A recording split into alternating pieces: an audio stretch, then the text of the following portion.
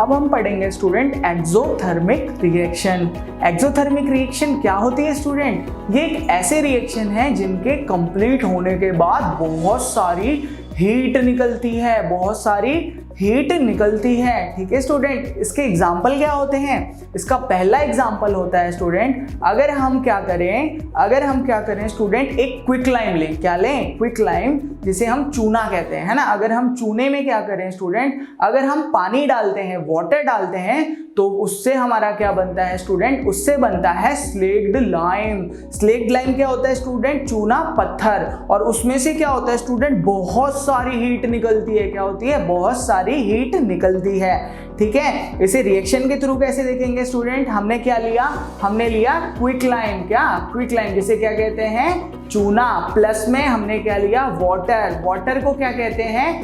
H2O। ठीक है स्टूडेंट, और हमारा क्या बना स्टूडेंट? हमारा बना स्लेक्ड लाइम। क्या बना? Slaked lime. स्लेक्ड लाइम को क्या कहते हैं? चूना पत्थर। और हमारी प्लस में हमारी क्या हुई? बहुत सारी हीट बनी। ठीक है स्टूडेंट, अब हमारे जो इसका नेक्स्ट एग्जांपल है स्टूडेंट एक्सोथर्मिक रिएक्शन का, वो होता है, वो क्या होता है? वो होता है स्टूडेंट रेस्पिरेशन। मतलब जब हम सांस लेते हैं, वो जब हम क्या करते हैं? रेस्पिरेशन करते हैं, या जब हम सांस लेते हैं स्टूडेंट, तो क्या होती है? हमारी एनर्जी बनती है। तो वो कैसे बनती है स्टूडेंट?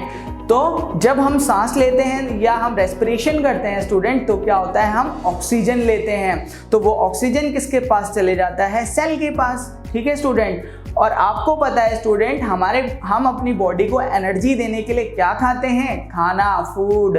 तो वो फूड भी किसके पास चले जाता है स्टूडेंट? सेल्स के पास चले जाता है।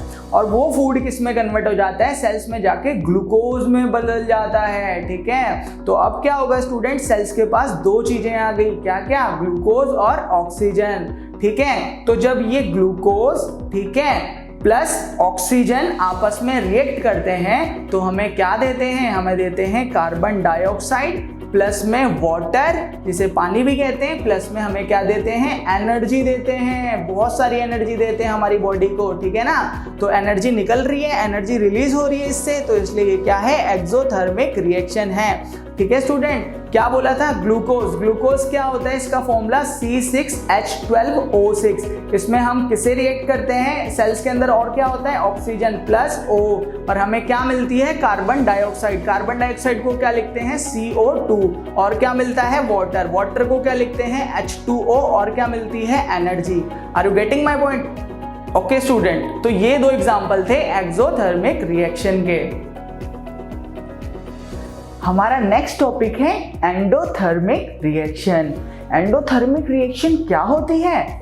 ये एक ऐसी रिएक्शन होती है जिसको कंप्लीट होने के लिए एनर्जी की जरूरत होती है। ये बोलती है प्लीज हमें कोई एनर्जी दे दो, मतलब ये एनर्जी को एब्जॉर्ब करती है बच्चों। ठीक है, तो ऐसी रिएक्शन जिसमें एनर्जी की जरूरत होती है या एनर्जी एब्जॉर्ब होती है, ऐसी केमिकल रिएक्शन को कहते हैं एंडोथर्मिक रिएक्शन। इसके क्या क्या एग्जाम्पल होते हैं? इसका पहला एग्जाम्पल होता है फोटोसिंथेसिस प्रोसेस। फोटोसिंथेसिस प्रोसेस क्या होती है बच्चों? आइए जानते हैं। फोटोसिंथेसिस प्रोसेस में क्या होता है बच्चों? जो हमारे हरे पौधे होते हैं वो अपना खाना क्या बनाते हैं? खुद बनाते हैं। वो अपना खाना कैसे बनाते हैं बच्चों? वो अपना खाना अपनी पत्तियों, लीव्स से बनाते हैं। किससे बनाते हैं? पत्तियों से। कैसे बनाते हैं? क्या होता है, हमारे जो ग्रीन प्लांट्स की लीव्स होती हैं, उनको अपना खाना बनाने के लिए क्या क्या चीज चाहिए होता है? उन्हें चाहिए होता है बच्चों, एक तो चाहिए होती है सनलाइट। ठीक है, सनलाइट कौन देता है बच्चों? सनलाइट देते हैं हमारे सूरज दादा, मतलब सन। ठीक है, तो उन्हें सनलाइट कौन देता है? सूरज दादा देते हैं। तो आपको यहाँ पे पता चल रहा है कि ग्रीन प्लांट क्या ले रहे हैं? सूरज की रोशनी ले रहे हैं, एब्जॉर्ब कर रहे हैं। जो सनलाइट एनर्जी है वो से क्या कर रहे हैं? एब्जॉर्ब कर रहे हैं। इसलिए ये एक एंडोथर्मिक रिएक्शन है। चलो हम फोटोसिंथेसिस को डिटेल में ही पढ़ लेते हैं।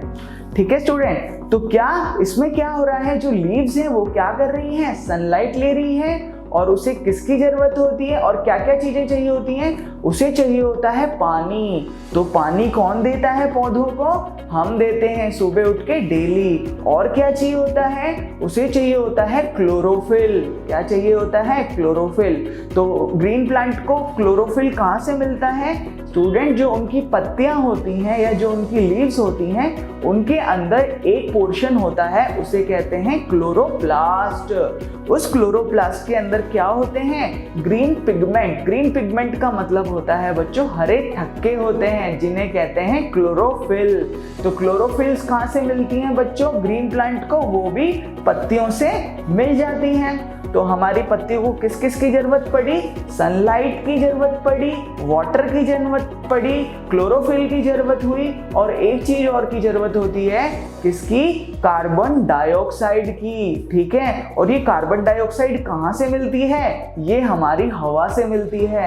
मैंने बताया था ना कि हमारी एयर जो है वो बहुत सारी गैसेस से बनी हुई है, जिसमें कार्बन डाइऑक्साइड भी आती है। तो ग्रीन प्लांट्स को खाना बनाने के लिए किस किस की जरूरत पड़ती है बच्चों? सनलाइट की, वाटर की, कार्बन डाइऑक्साइड की और क्लोरोफिल की। ये सब चीजें मिल गई। सनलाइट कैसे मिली? सूरज दादा ने दी। पानी कैसे मिला? हमने दिया।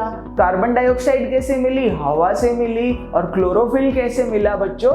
वो पत्तियों के अंदर पहले से होता है। तो जब प्लांट्स को ये सब चीजें मिल जाती हैं तो हमारा क्या बन जाता है बच्चों? प्लांट का खाना तैयार। ठीक है, इसका जो नेक्स्ट एग्जाम्पल है बच्चे वो है मेल्टिंग ऑफ आइस। जैसे कि आपको पता है बर्फ को पिघलने के लिए किसकी जरूरत होती है? हीट की। तो वो हीट उसे कहाँ से मिलती है बच्चों? उसके एटमॉस्फेयर से मिलती है, उसके वातावरण से। अगर मैं एक आइस को ओपन एटमॉस्फेयर में रखता हूँ बच्चों, तो उसकी जो सराउंडिंग की हीट होती है ना, वो क्या करती है? आइस के पास जाती है। आइस क्या कर लेती है? उसे एब्जॉर्ब कर लेती है, और आइस क्या हो जाती है? पिघल जाती है। तो इसमें क्या हो रहा है? आइस क्या कर रही है? एनर्जी को एब्जॉर्ब कर रही है, इसलिए ये क्या है? एक एंडोथर्मिक रिएक्शन। अब हम पढ़ेंगे रिडॉक्स रिएक्शन। रिडॉक्स रिएक्शन क्या होती है बच्चों?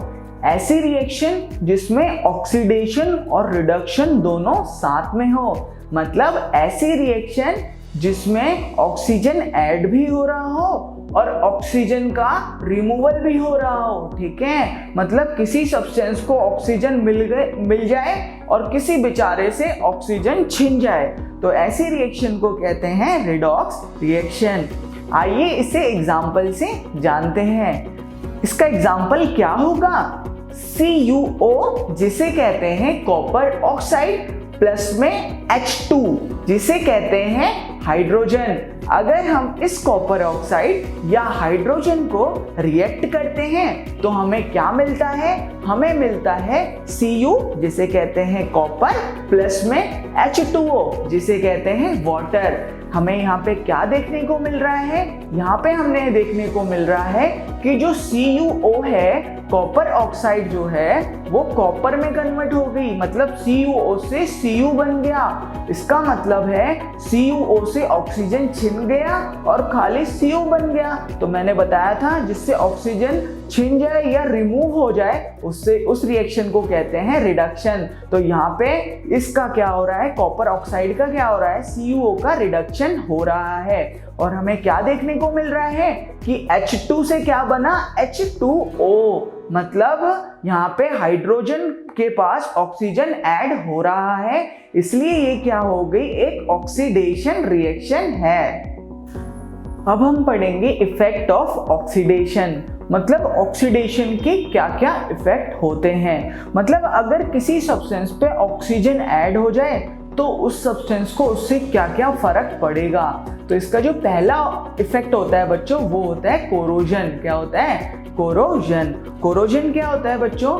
कोरोजन क्या होता है? जब हम किसी सब्सटेंस को ओपन एटमॉस्फेयर में रखते हैं ना, तो उसके साथ क्या होता है? उस सब्सटेंस पे जो हमारे एटमॉस्फेयर में ऑक्सीजन होती है वो उस सब्सटेंस से रिएक्ट कर जाती है। हमारे जो एटमॉस्फेयर में वाटर होता है H2O होता है वो उस सब्सटेंस से रिएक्ट कर जाता है। हमारे एटमॉस्फेयर में और भी गैसेस होती हैं जैसे कि सल्फर डाइऑक्साइड हो गई SO2, वो भी उससे रिएक्ट कर जाती है। और उसके कारण क्या होता है बच्चे, उसके कारण क्या होता है, जो मेरी सब्सटेंस होता है बच्चों उसकी जो सरफेस होती है वो खराब होने लगती है, वो डिस्ट्रॉय होने लगती है, जिसे हम क्या कहते हैं, जिसे हम कहते हैं कोरोजन। इसके एग्जाम्पल बच्चों, इसका एग्जाम्पल होता है जैसे लोहे पे जंग लगता है जिसे हम कहते हैं रस्टिंग। ठीक है, रस्टिंग कैसे होती है, हम क्या करते हैं, जब हम आयरन या लोहे को ओपन एटमॉस्फेयर में रखते हैं बच्चों तो उसके ऊपर क्या क्या रिएक्ट करते हैं, उसके अंदर आता है ऑक्सीजन, ऑक्सीजन आता है और आयरन के अंदर क्या कर जाता है, रिएक्ट कर जाता है। एटमॉस्फेयर से वाटर भी आता है क्योंकि हवा के अंदर नमी भी होती है ना बच्चों, तो वो वाटर आता है, वो वाटर भी आयरन के साथ रिएक्ट कर जाता है। ठीक है, और हमारी और भी गैसेस जैसे कि सल्फर ऑक्साइड हो गई, सल्फर डाइऑक्साइड हो गई, SO2 आती है, वो भी आयरन के साथ रिएक्ट कर जाती है। जिसकी वजह से क्या होता है बच्चों, जब आयरन के साथ ऑक्सीजन और वाटर और ये जो डिफरेंट टाइप की गैसेस हैं जब ये रिएक्ट करती है ना तो इसकी वजह से क्या होता है, रस्टिंग होती है। मतलब हमारी आयरन में एक लाल कलर की लेयर चढ़ जाती है जिसे हम क्या कहते हैं, रस्टिंग। और ये हमारे आयरन की सरफेस को क्या करती है, नष्ट करती रहती है, खराब करती रहती है। इसका केमिकल रिएक्शन कैसे समझेंगे बच्चों, आइए देखते हैं। मैंने क्या लिया, Fe किसे कहते हैं, आयरन को। प्लस में मैंने क्या लिया बच्चों, हमने O2 लिया, क्या लिया, O2 जिसे कहते हैं ऑक्सीजन। प्लस में हमारा H2O जिसे कहते हैं मॉइस्चर, ठीक है ना, या वाटर। ठीक है, तो ये जब आपस में रिएक्ट करते हैं तो हमें क्या मिलता है, हमें मिलती है रस्टिंग। ठीक है, इसे Fe2O3 फेरिक ऑक्साइड भी कहते हैं या Fe3O4 भी कह सकते हैं बच्चों। ठीक है ना, जो कि एक रेड कलर की लेयर होती है और ये हमारे आयरन को क्या कर देती है, खराब कर देती है, उसकी सरफेस को नष्ट करने लग जाती है। ठीक है, अब हमारा जो नेक्स्ट टॉपिक है बच्चों वो है रेंसिडिटी। रेंसिडिटी क्या होता है, रेंसिडिटी क्या होती है बच्चों, अगर हम क्या करें, फूड को, अपने खाने को ओपन एटमॉस्फेयर में रखते हैं, खुले वातावरण में रखते हैं बच्चे, अपनी रसोई जैसे हमने अपने किचन में रख दिया, तो क्या होता है, जो ऑक्सीजन होता है बच्चे वो फूड के साथ क्या हो जाता है, ऑक्सीजन फूड के साथ क्या हो जाता है बच्चों, एंटर कर जाता है। और एंटर कर जाता है तो क्या होता है स्टूडेंट, जैसे ही फूड के साथ ऑक्सीजन मिलता है तो उसके कारण क्या होती है, उससे एक गंदी सी स्मेल आने लगती है और हमारा फूड खराब हो जाता है। और जब हमारा फूड खराब हो जाता है तो उसे क्या कहते हैं, रेंसिडिटी। क्या कहते हैं बच्चों, उसे रेंसिडिटी कहते हैं।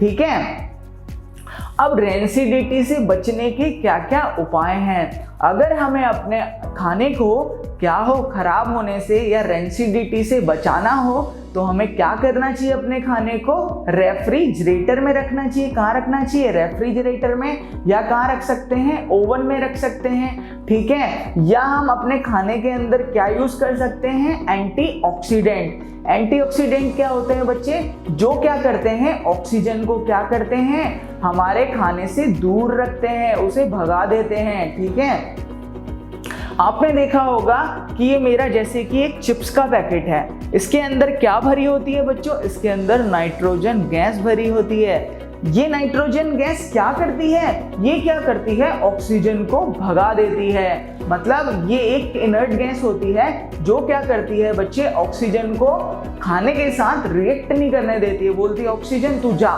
ठीक है ना, और जिसकी वजह से हमारे जो चिप्स होते हैं बच्चे वो फ्रेश रहते हैं और उन्हें हम खा सकते हैं। ठीक है बच्चों,